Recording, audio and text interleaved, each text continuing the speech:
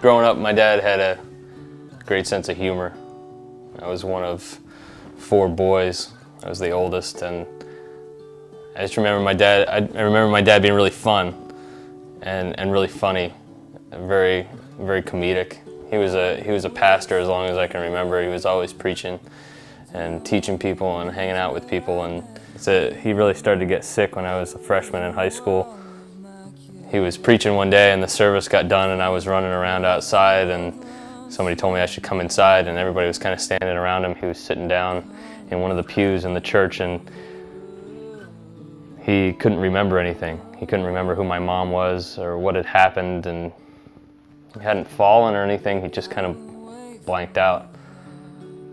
He had surgery a few weeks later on a brain tumor, and he had multiple surgeries. He battled with these, what we came to know as seizures, for years, 10, 12 years, where he would just blank out and go on autopilot, and he'd still be awake, but he just wouldn't be able to react to anything.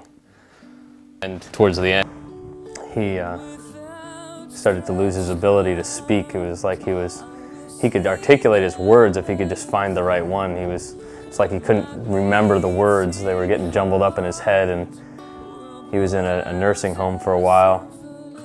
And I would go visit him and take him out and take him for a drive and stuff. And sometimes other guys would show up and we'd try to have a conversation with him, and we'd all end up trying to guess what word he was trying to come up with. It was this game we would play. And he had married us, Sherry and I.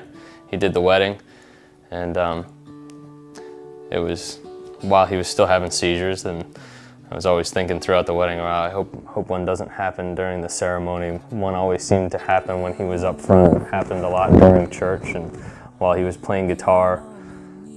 He always played guitar as long as I can remember, led worship, and remember he married us and we had a great ceremony. He didn't have any seizures at all during the ceremony, and years went by. And we'd been married for about 3 years, and I wasn't living too far from my family, from where he lived, and I got a call from my mom. And she was crying, and she said, I think you need to come down. A couple weeks before that, the doctors had done one final surgery, and they were very clear that it was really just to give him a few more weeks. The tumor had progressed very rapidly and was taking over parts of his brain that they couldn't operate on.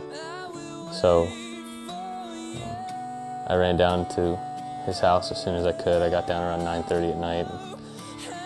He was pretty much unconscious. He had deteriorated for the last few weeks.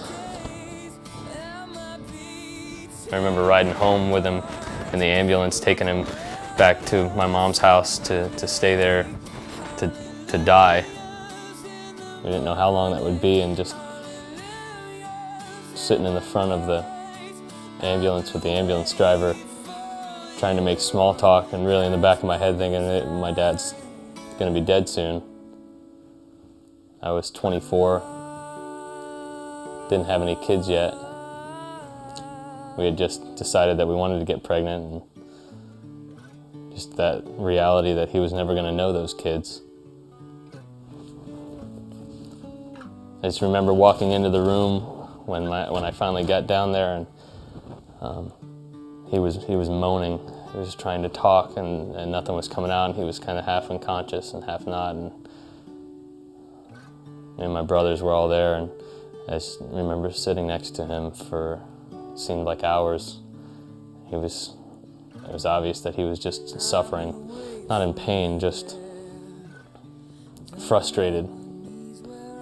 He was stubborn like me, and I remember everybody saying, it's okay to go. You can go. It's all right. You can essentially give up. If that was me, and I could wake up, gosh, I'd be fighting with every fiber of my being just to see my kids one more time. It's about an hour that we were there. I remember him just getting real quiet, and he got real white, and we knew he had died. The funeral was a few days later, and it was honestly one of the best times of my life. Besides seeing my kids being born, friends gathering together and talking about them and having fun, and seeing people that you just know love you because they show up then. People you maybe haven't seen in years. And there's almost 400 people there. And there's literally not a day that goes by that I don't think about my dad. Especially now, being a pastor myself, and wishing that he was just here to talk to. I just know, going through that whole experience, that if I wasn't close with God, I just would have fallen apart. It's just that simple. It sounds all theological, but that's it. If I wasn't close with God, it would have just all fallen apart.